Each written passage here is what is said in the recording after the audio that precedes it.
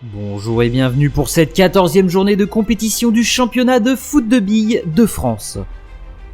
La journée précédente nous a fait changer de leader. Les Iguanes prennent la tête du classement devant les Poissons, qui sont en perte de vitesse au pire des moments.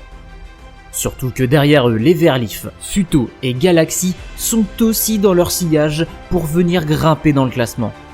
En bas de tableau, chaque point va être précieux pour se sortir de la zone de relégation, mais malheureusement le milieu de tableau est déjà à 6 points d'avance sur le premier relégué, ça va être compliqué de remonter. Et aujourd'hui ça va être une journée cruciale car nous avons 3 matchs qui pourraient bien renverser le classement. La grosse affiche, ce sera le match d'ouverture Verlif-Poisson. Un duel que les Verlif n'ont jamais remporté, mais qui leur permettrait de repasser devant s'ils y arrivent. Second gros match, ce sera Futo-Iguane. 2 équipes sur une bonne série de victoires. Et enfin, le match de clôture, Wave-Harlequin. 2 équipes qui se battent contre les relégations. Et nous allons attaquer cette journée par une grosse rencontre entre les 2e Poissons et les 3e Verlif. Un duel que l'on a déjà pu voir à de multiples reprises et qui s'est toujours soldé par une victoire des Poissons. Est-ce que l'histoire va se répéter aujourd'hui encore ? Première période. Les 2 attaquants de chaque équipe qui ratent le cadre de peu. Véron, lui, ne va pas le louper et offre l'ouverture du score à son équipe. Lime, le défenseur, va être trop court pour aller chercher l'égalisation malheureusement. Et c'est une courte avance en rentrant au vestiaire pour les Poissons.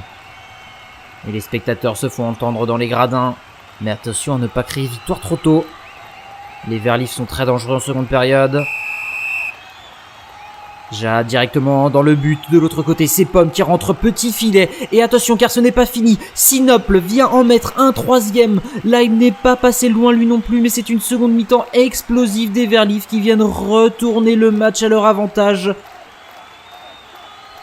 Et ils célèbrent cette première victoire face aux Poissons 3-1, ce qui va leur permettre de passer devant eux au classement général. Second match, Parrot-Galaxy. Le dernier match que les Parrots ont gagné remonte à la 8e journée face au Lava. Gros choc au milieu de terrain qui profite bien Ursa qui se retrouve au fond des filets. 3 joueurs des Parrots sur le côté droit du terrain, mais aucune action dangereuse pour eux malheureusement. Courte avance pour les Galaxies qui ne sont pas connus pour marquer beaucoup de buts dans leur match. Seulement à la première journée du championnat qu'ils ont gagné un match par 2 buts d'avance. Est-ce que les Parrots vont réussir à aller chercher un point ? Ara et Jaco dans les airs se retrouvent contre les vitres. Ursa avec le rebond se retrouve devant la cage, mais il n'aura pas assez d'effet pour venir au fond et chercher un doublé. Et ses coéquipiers ont été encore moins dangereux que lui. Le match va quand même se finir sur le plus petit des scores pour eux, 1-0 face aux Parrots. C'est leur 3e victoire sur 7 avec ce score. Passons au 3e et gros match, Futo contre Iguane. Les 2 équipes en forme du moment, chacune sur une série de victoires. Lucer, coup d'épaule, envoie Taro loin du terrain, une menace éliminée. Tija va peut-être pouvoir en profiter, mais c'est un poteau sortant. Le reste de Futo se sont bien fait contrôler et la stratégie des Iguanes n'a pas payé ici. Ils ont voulu contrôler l'équipe adverse avec leur ligne de front pour laisser le champ libre à leur défenseur et meilleur buteur Tija. La tension se fait sentir dans les gradins entre les 2 groupes de supporters. Un changement dans chaque équipe. Kojiro, haut dans les airs. Tola heurte le poteau. Reptar trouve l'ouverture du score pour les Iguanes. Et attention, Kojiro en retombant s'approche des cages, mais il s'arrête contre le poteau. Et leur série de victoires va s'arrêter ici face aux Iguanes qui n'ont toujours pas encaissé de but depuis 4 journées. C'est un record. Les supporters doivent être fiers de leur équipe qui va garder la tête du championnat. Avant-dernier match, les Lava, bon dernier, face aux Bees qui sont sur une mauvaise pente.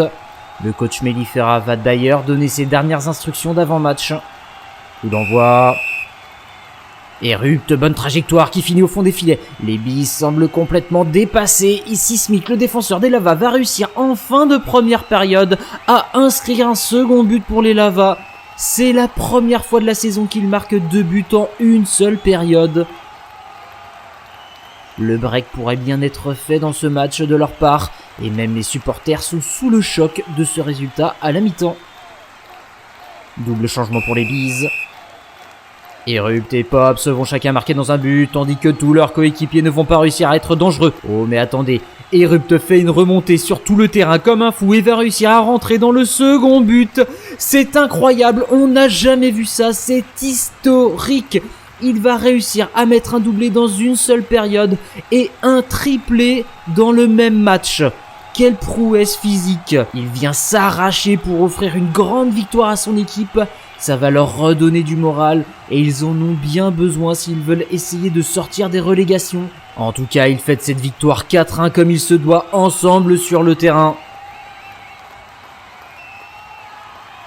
Dernier match, Wave face aux Arlequins. Si les Arlequins l'emportent, ils pourront enfin s'extraire des relégations. Première période. Fruity envoyé loin vers la rampe, Candy remonte lui aussi, double carton jaune, tandis que Mavericks et Sweet se heurtent pour aller dans les buts, mais au final c'est Mavericks qui va gagner le duel et ouvrir le score 1-0 pour les Waves. Très légère avance qui doit faire du bien quand même. La remontada risque d'être compliquée pour les Arlequins. Sucré va rentrer pour la première fois depuis un moment. Bellara, très haut dans les airs, Chopes, le défenseur des Waves avec de l'effet, arrive vers le but, touche un poteau, puis le second, est-ce qu'il rentre vraiment? De l'autre côté, Bobo a raté le cadre et même si Chopes n'est pas totalement rentré, les Arlequins n'ont pas réussi à trouver le chemin des filets. Le second but des Waves a l'air d'être validé, mais un de nos caméramans va quand même venir s'en assurer. Et oui, Chopes a bien dépassé la ligne, les Waves l'emportent donc 2-0 et leurs supporters sont fous de joie.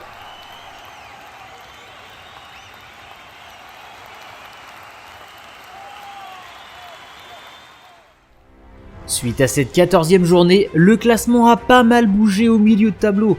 Les Verlifs prennent la seconde place et les Poissons tombent 3e. C'est la première fois de la saison qu'ils sont si bas. Les Futos se sont aussi fait rattraper par les Galaxies et les Bees chutent à la 7e place à 3 points des premiers relégués.